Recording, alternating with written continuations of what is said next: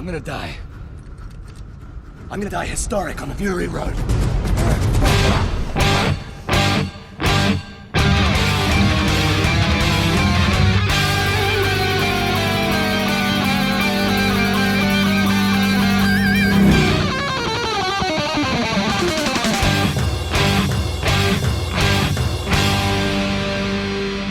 Welcome to the Mad Max Minute. We saw it. We saw it all. Mad Max Fury Road, 1 minute at a time. I'm Rick. And I'm Julia. And today we're talking about minute 63, which begins with Capable settling into the rear fortification to keep a lookout, and it ends with a heartbroken Nux opening up to Capable. Rounding out the week with us are Heidi Bennett and Brian Bennett from the Vibrant Visionaries podcast. Hello. Greetings from Oakland, California. Welcome to the end of the week. We have made it at long last. And as for being in the minute, Capable has taken her sweet time between Wednesday and today, but she has also finally made it to this rear fortification. There is a interesting little story about it, but before we really settle into it, we get a quick cutaway to Furiosa hanging underneath the war rig as it rolls along, and I just wanted to give a quick shout out to how boss that is. Super boss. The fact that she can do maintenance on this vehicle while it's still rolling and hang from the underside of it while doing so, just like it's no big thing. When the scene came on, the only thing that popped in my head was, I'm just a lineman for the county. Yes! I figure that's what's going through her head as she's hanging under the truck. You know what it reminds me of now is when Indiana Jones goes under the truck. It's different, obviously, than what's going on with her, but they're both under the truck. But don't they use that similar sort of technique of the sort of weird stop-motion-y sort of thing when he's going under there? Oh, that drop frame thing? That drop frame thing? It feels like they do a little I think that like one that they probably just filmed, they sped up the footage to make it look better because he probably wasn't hanging under the truck while it was driving at full speed. Right. And so they probably just sped it up to make it look... Yeah, so obviously this looks way better than that, and it's more intentional. It's completely intentional, but it just reminded me of that a little bit. This is definitely a situation where what they probably did is they filmed it where the rig was standing still and then used CGI to make it look like the road was speeding underneath her and the wheels were going as fast as they are. That's the nice thing about having all of this technology, because if they were trying to do this back in Road Warrior and the original Mad Max times, they would have literally just lashed someone to the bottom of a truck and gotten up to speed, because that's the only way they could do it. Surprisingly amount of things in here in this movie that were practical. When you find out later on, you're like, oh, that was all digital. You're like, no, that was 90% practical. So it wouldn't surprise me that, like, I'm sure Charlize Theron's management would balk at strapping her under a speeding big rig, but Miller would probably be like, nah, let's just do it. What the hell? I'm pretty sure this is her stunt double, though. Right. We don't get a really clear shot of Charlize Theron's face, so I'm willing to put money on this being her stunt double. Yeah. In which case, they could have just done this for real. Yeah. I could be misattributing when I talk about digitally speeding up the ground underneath her. Either way, it looks really cool. It does. And again, this is where she looks integrated into the rig. Color matched and texture matched. Yeah, it's one of those situations where, and Julia, you showed me a picture like this the other day, where she almost seems camouflaged into it. Mm-hmm. And if you're looking at a picture of the rig and you're trying to find Furiosa, you're not going to see her because she just blends so well into her surroundings. Yeah, she almost needs to be pointed out to you. Like, here is a picture of a truck. Find the woman. Not wearing a red and white sweater. Exactly. Now, they were really coy all through the press junkets and interviews before this movie came out about how Furiosa lost her arm. And I think they were saving it for the possibility of a Furiosa spinoff. But watching her work like this, I almost have to wonder, it could be that it's just as mundane as she was hanging from the bottom of the war rig and she had to reach something and she had her arm up in the guts of the engine and the thing bumped the wrong way and then suddenly no more arm. Right. It reminds me back in, I want to say the late 90s, could have also been the early 2000s. I think it was ABC, which is not the Australian broadcast company. It's the American broadcast company over here in the US. But they did a TV miniseries of 20,000 Leagues Under the Sea. And I wish for the life of me that I had thought to look this up ahead of time, but I don't really care about it that much to really worry about who was in it. But the main character at one point has to reach through a machine and pull a lever. And this machine, because it's steampunk, has gears and stuff rolling past. And so if he doesn't time it just right, the gear is going to lop off his hand. And because it's the end of the episode in the miniseries, he reaches his hand through the machine, turns the lever, but he's not able to get his hand out fast enough, and it gets crunched by the gear. Ooh. And of course, then he's in shock, and he's like stumbling around the ship, and then he discovers Nimoy's daughter, but that's a whole other type of thing. But just talking about people getting their limbs damaged by engines, that's what made me think of it. So have fun looking up that one. Maybe I'll put the legwork into it to find a clip on YouTube and post it to the listener page. I don't think I've forced my future self to do anything of that nature in a while. Getting back to the rear of the tanker, we've got Capable, and she's staring out at the open wasteland with all of the excitement that one would expect to see on the face of someone staring out at sand and not much else. Yeah. This really evoked, I think, the music, the clouds, the contrast of her hair, the lenses, because she has her goggles and the binoculars, this wistful somewhere over the rainbow vibe to me. Just this little moment here with the sky and the clouds and the way the music changes here. And her expression, like you're saying, like with the excitement or whatever, this is probably, after everything going down, this is her first time able to be alone and not having to put on a face for, the younger wives or whatever. And just kind of like, I need to just, man, what are we doing? Why? Processing. It's just, it's like the first time they can just let her guard down, just stare and zone out. And like, yeah, exactly. When did she get those goggles? Had those all. I think she's had them the entire time. The whole time? I'm trying to remember if she had them or if she was putting them on when she was like having her stare down with Furiosa in the last minute. She's had them on all this week. They were on when she's had them stare on. Down. Okay, she's had them on all the time. They're probably farther back as more of like a headband or a beret. We haven't thought about it up until this point. Yeah. Right. I don't know. I haven't been watching this 1 minute at a time like some people have. No, you would think that we would notice it. Let me try and pull up an earlier minute, like minute 35, for instance, where Max is holding them hostage. And if I scrub through it, she's not wearing the goggles during the water scene. So she must have gotten them somewhere between then and the canyon scene. I think she had them in the beginning of 61, like when they were chasing Cheeto. I think she had them on there. Yeah, because she doesn't have them in the canyon when they're hiding in the tanker. Keep scrubbing through, keep looking. Capable in the case of the disappearing goggles, or appearing goggles. And so she's not wearing them in minute 57 when they were facing down Joe. So yeah, she must have gotten them in the tanker.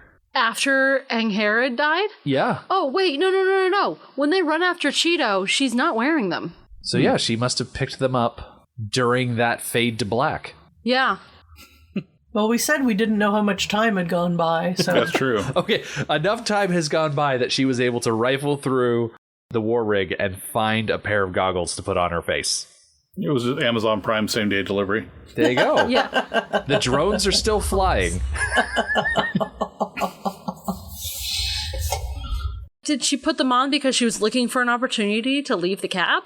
And they would be useful, even though she never put them on over her eyes. They would be useful if she had to go outside. In the event of a death storm. Yeah. I don't think the goggles would do nothing in a death storm. So yeah, I wonder if she was looking for an opportunity. What are the guys wearing? The ones that are the motorcycles? I would assume they were wearing goggles because they might have just, you know, in the kerfuffle might have ended up from that last fight. Possible. Yeah. It could also be that they were left over from war boys that used to be mounted on the tanker in the rig type of thing, because I specifically went back and also looked at the goggles that Nux was wearing, because Nux would, of course, have those goggles maybe on his person, like falling off his head, put in his pocket sort of thing, but they're not the same goggles. They're a different shape altogether. So they're not the ones that maybe fell off of him. There was probably just a box of eyewear in the rig, because sometimes you drive through sandstorms and you don't want to get sand in your eye. I mean, that makes a lot of sense. A big box of PPE down there. Exactly. They may not have OSHA, but I'm sure they do have standard operating procedures for safety on the job. They may be half-life, but you got to get at least half of a life out of them before they die. I mentioned earlier that there is a funny little story about this rear fortification. Now, it's outlined when you go out and get the trade paperback version of the Mad Max comic books. In the back of the books, it describes the story of each individual part of the war rig. And this embankment right here is actually a little sad, but also a little romantic, I guess. The story is that it's a VW Beetle that used to belong to a young couple. And these women got tired of living in modern life, and so they just packed up all of their stuff, got in the Beetle, and drove. And when they ran out of gas, they made camp, and that's just where they lived. They didn't have their phones, they didn't have their radios. It was just the two ladies living together out in the wilderness, camping and whatnot. And they left 6 months before the fall of civilization. So when everything hit the fan and institutions started falling apart and bombs started flying through the air, they didn't have any idea of what was going on. And unfortunately for them, they were camped out fairly close by to a secret military site that was targeted by nuclear missiles. And so the missiles weren't close enough to destroy them right out, but they were downwind enough to get the full brunt of the fallout. And these poor ladies just curled up in the back of this VW Beetle and succumbed to radiation poisoning. And they weren't found for like another 9 years when they were stumbled upon by the war boys. That's awful. Yeah. I mean, most post-apocalyptic stories are awful. True. It's a nicer way to go than the story of where they got the double engines from, that's for sure. But I don't want to give too much away, because gall darn it, people, go out and buy the trade paperback. Do it. Do it now. Pause this podcast, go on whatever book buying thing you use, whether that's Amazon or your local bookstore, and just buy the trade paperback so you can have it in your home. But when the war boys found it, they were surprised at how well preserved it was, because it just sat there. It wasn't running or doing anything like that. It was just sitting. And so they dragged it back to the Citadel. And there was one particular guy that was in charge of putting together the war rig. They nicknamed him the Donk. And he incorporated it as a fortification in the back of the tanker, just so they could mount their turrets to it. Did you say mount their turds to it? Turrets. Mount their turrets. Turret syndrome. This is a part, feel free to cut this out. I have a thing that it annoys me, is that how it seems in a lot of popular films like this, and it's most egregious in Star Wars, how every nut and bolt gets an elaborate backstory. Mm-hmm. That seems to be like, just things that can't be left alone about, like, it seems odd. No, I'm sure that the trade paperback is a nice story, and it was a way to forget them, you know, being able to tell a story. But like the idea of like, we need a backstory for the chunk of Volkswagen bug on the back of this trailer, it kind of, that stuff just bugs me occasionally. Just like, why does everything need to be explained to the nth degree? Can't we just leave something to the imagination? But yeah, feel free to cut that out. That was just my little rant. No, I think you're fine. I sometimes bemoan the fact that we don't have a Wikipedia where I can point at someone and be like, oh yeah, that's so-and-so, and they did such and such a thing. But what I like about the supplemental material at the back of the trade paperback is that it's flavor. It's not stuff that you need to know.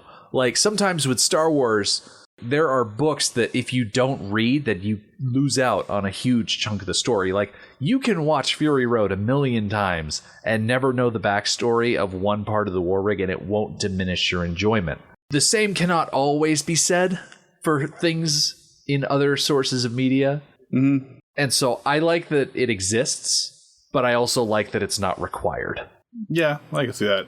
I think sometimes with my problem is when things get retconned that change how like I enjoyed the movie or so, where it felt like it wasn't a necessary retcon. It was just something that someone decided to do, but then it changed the impact of whatever the film was for me. It altered the story and kind of made something seem more trite. I can't think of an exact example right now, but I've definitely had that in the past where it's like someone, oh, you know the history of that, right? And I was like, well, that wasn't anywhere in the movie, and now that makes what I liked about this film seem insignificant. Yeah. So that's the danger of it. Well, the whole reason I brought up the backstory is because this VW bug is a remnant of a couple that just tried to go off and be together. And here in this minute, it has now once again become a vessel for a couple that don't know that they're going to be a couple yet, but it's their meet cute. So it's the VW Beetle bringing people together again, even if that's, not what it thinks it's going to do.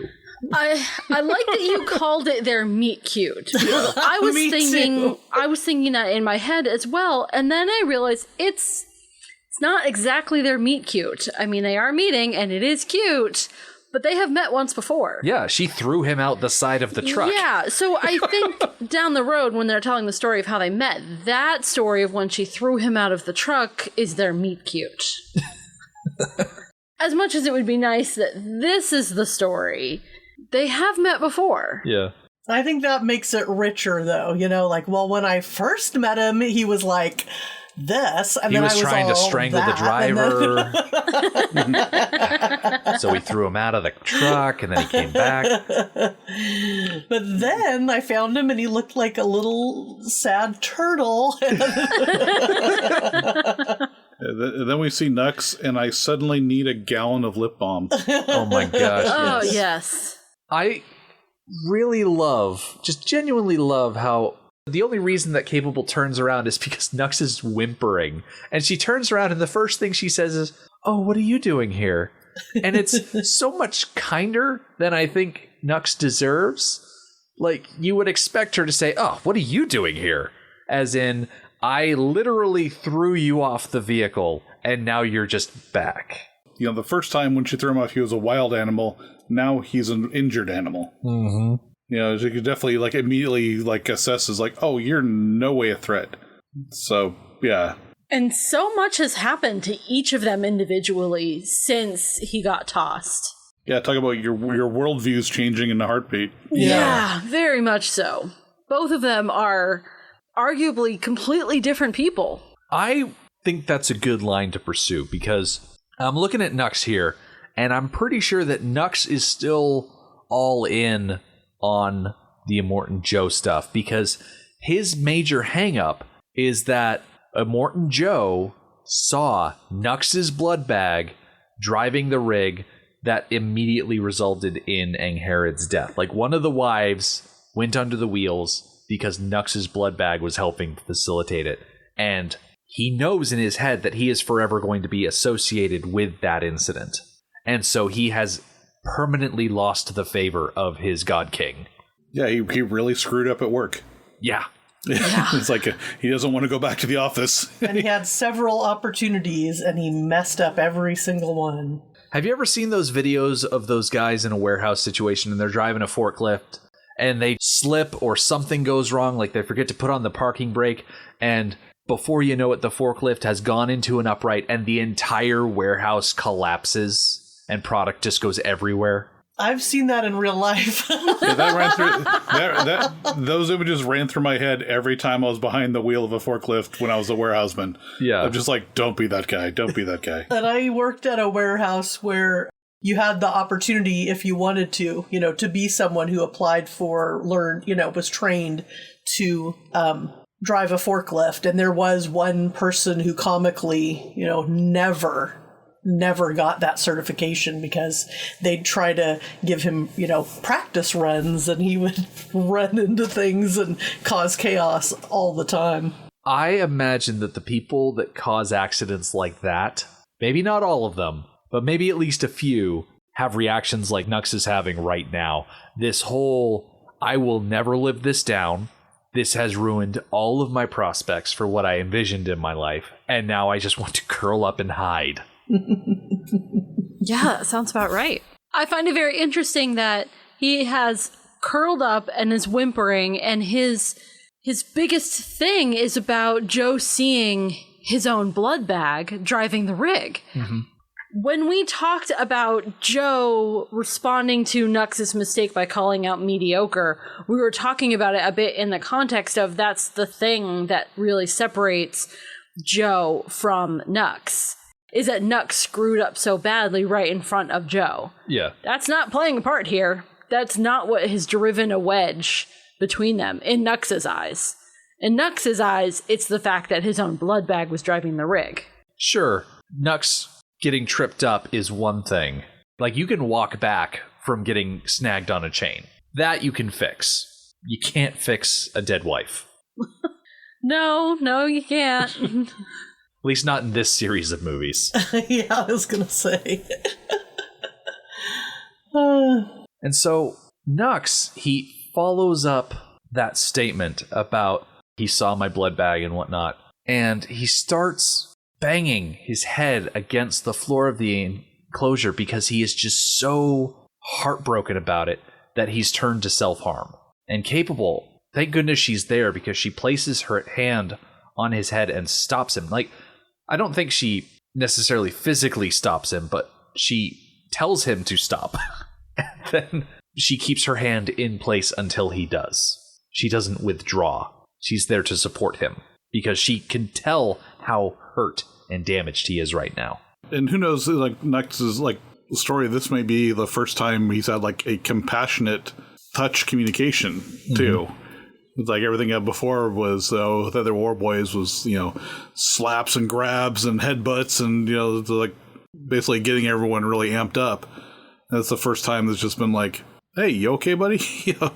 Yeah, I think that's Capable's superpower, is her ability to touch and to comfort. That's really what she's good at. Yeah, she's got that power of compassion. Maybe compassion should be her name instead of capable. Not that she isn't capable. She absolutely is. Well, see, that's the thing. She's capable of having compassion for others. Right. Heidi, given your background of helping people to manage their situations and, I guess, deal with the stresses of life, obviously this is an extreme situation. Yes. This isn't Nux having to juggle deadlines or anything like that. He's having to just juggle death. What's your assessment of this situation, looking at it from your angle? Well, the definition of compassion is to recognize suffering. So self-compassion is recognizing your own suffering. So that's something I work with a lot with people, just because they don't understand, like, whether it's they've lost a loved one or they've just stubbed their toe, they still want to give themselves compassion, even if, if it's something like, I need time to heal and grieve, whatever that means, or, ow, that freaking hurts, my toe just got stubbed. It's both self-compassion. Then compassion for others, like you guys just mentioned here, she's reaching out and intuiting that he needs something, and that perhaps a gentle hand on his head that's also kind of doing that, like, quit it, like trying to keep him from continuing to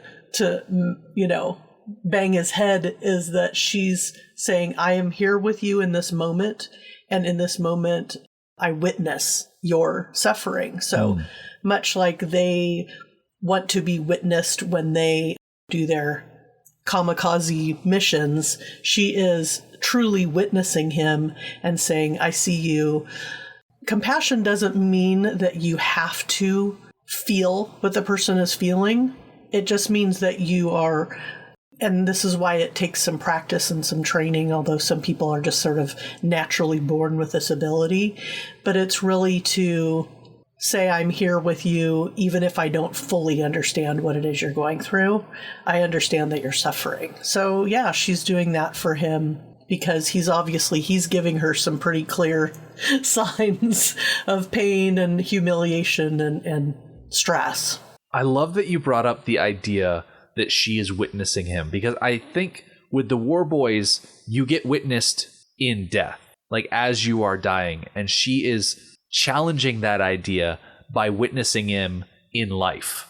Totally. Saying, you need to stop being self-destructive and just allow yourself to be seen. I'm here to see you. And I love that idea. When we feel that compassion and that camaraderie and that touch, that's not a bad touch. It's a good touch. Right. Is, where we can start to become someone in our own skin. So he has always been sort of a sacrificial character where his worthiness is from his sacrifice and his being willing to do anything for the job. And she is showing that he has worthiness in his most vulnerable state. And once he's calmed down a little bit, that's where she's able to take her hand away and lean back. Nux goes on to say that 3 times, and he actually stutters a little bit, 3 times the gates were open to me. And Capable doesn't quite get the reference. I don't think the mythology of the cult of the V8 is something that the wives are educated in, because they need to be kept separate from the War Boys for Joe's purposes. But Nux explains the gates of Valhalla, and he'll go into more of that on Monday, but he mentions 3 times. And I feel like the spray, the chrome spray, signals the gates of Valhalla preparing to accept a warrior. But unless there's an instance that I'm forgetting, I think he's only been sprayed with the chrome paint twice in this movie. So obviously the first time the gates were open would be during the Toxic Storm, when he sprayed himself and tried to firebomb the war rig. I think the second time that he's talking about is when he ran after the war rig, got on it, put the brakes on the fuel pod, and then tried to strangle Furiosa. And that the third time would obviously be when Joe sprayed him, and then he failed to kill Furiosa by getting snagged on the chain. Yeah, that sounds right. Yeah, so if he's operating on a 3 strikes you're out situation, he's striked out 3 times. And for a person involved with a cult that put so much on this idea of dying a glorious death and being witnessed and being accepted into the gates of Valhalla, that is devastating. Mm-hmm. It's like those dreams that you have where there's someplace you know you're supposed to go and you're trying to go there, but you can't. Things keep getting in the way and preventing you. And I hate those dreams. They are frustrating and they make me feel stuck and heavy and gross. So I can imagine he's probably feeling stuck and heavy and gross. If you have tried 3 times, then there is an assumption that that is what your purpose is. So if those 3 times have failed, then what is your purpose and who are you? Which is, she gets into this in minutes that we won't be here for. But she sees that he has the capability for another purpose. The way that some of these weeks end out, it really just works for our purposes. This week in particular, the way it ends, it lops off the really meaty part of the scene, and I wish that we could keep you around, but I don't want to keep dragging you back out here week after week after week. But here at the end of the week, if people did want to hear more from you, where should they go? They can find me at vibrantvisionaries.com for my current podcast. And if they're interested in what I have to say and what you all have to say on my other Movies by Minutes podcasts, you can go to spinaltapminute.com and cabinminutecast.com. And that was for The Cabin in the Woods. And because this episode is dropping at the end of the first week of August, there is yet another way to see all of us, and that is a little thing that we are calling MXM Portland 2019. So it stands for Movies by Minutes, and pretty much not everybody, but a majority, I'd say, or at least a significant amount of Movie by Minutes podcasters are going to be all converging on Portland. Oregon. Yep, Portland, Oregon, not Portland, Maine. Important distinction. But that is going to be on August 24th at the Clinton Street Theater. You can go to the Clinton Street Theater's website. It's https:// because we're on public broadcasting in the 90s, and that's what they say. CST for Clinton Street Theater, PDX for Portland.com. And you can go there, check out their calendar. I don't know if they're selling tickets as we're recording. They're definitely selling tickets now that the episode has dropped, so you can check it out there. Brian and I will be there. Rick and Julia will be there. Mm-hmm. And it's also a podcaster's social, you know, so it's something where you can go listen to a few different podcasts recorded live, you know, socialize and hang out and meet other podcasters and meet other podcast listeners. So it's a smaller type of event where you're really doing a lot of hanging out, and that's one of the things I like about how things have come together in the previous two meetups that we've had. So this is going to be the third year that we've done it. The first time around was Chicago, and then we did Denver back in 2018. So the more years that we do it, the more established we get, the, I think, better the programs get. Last year in Denver, Julia got to be part of a panel discussion, and Heidi, you were on it too, what it's like being a woman in the MXM community. And I think if you listen to our podcast, I think you've got a sense of it, because a lot of people like me like to dominate the conversation. Julia has to elbow her way in there, which I try to work on. But that was a lot of fun. We've heard crossover episodes of Star Wars Minute and Indiana Jones Minute recording stuff. Back to the Future Minute did a breakdown of Back to the Future, the ride. Tons of really interesting stuff, and the hangouts are so much fun afterwards. We usually get together at a local bar or restaurant and hang out afterwards. So if you've got the geographic ability and the time to do so, definitely join us at MXM 2019 at the Clinton Street Theater in Portland. Sounds good. As for us, we are going to be coming back on Monday when Capable and Nux are going to get philosophical, and Toast will find out that they just don't have enough bullets. The Mad Max Minute podcast is a fan project by Rick and Julia Ingham. The Mad Max franchise was created by George Miller and Byron Kennedy, is presented by Kennedy Miller Mitchell Productions, and distributed by Warner Brothers. Mad Max Minute is produced and edited by Rick Ingham. Our opening music is Verdi's Dies Irae by Daniel Bautista of danielbautista.com. Our home on the internet is madmaxminute.com. You can follow us on Twitter at madmaxminute, like us on Facebook by searching for Mad Max Minute, and join our Facebook listener group, Mad Max Minute Beyond Microphone. If you'd like to support the podcast, visit madmaxminute.com, where you can see what's in our TeePublic store, join our Patreon, or even donate to the show to help us keep the tanks full. Thank you for joining us for minute 63 of Fury Road. We'll see you next time.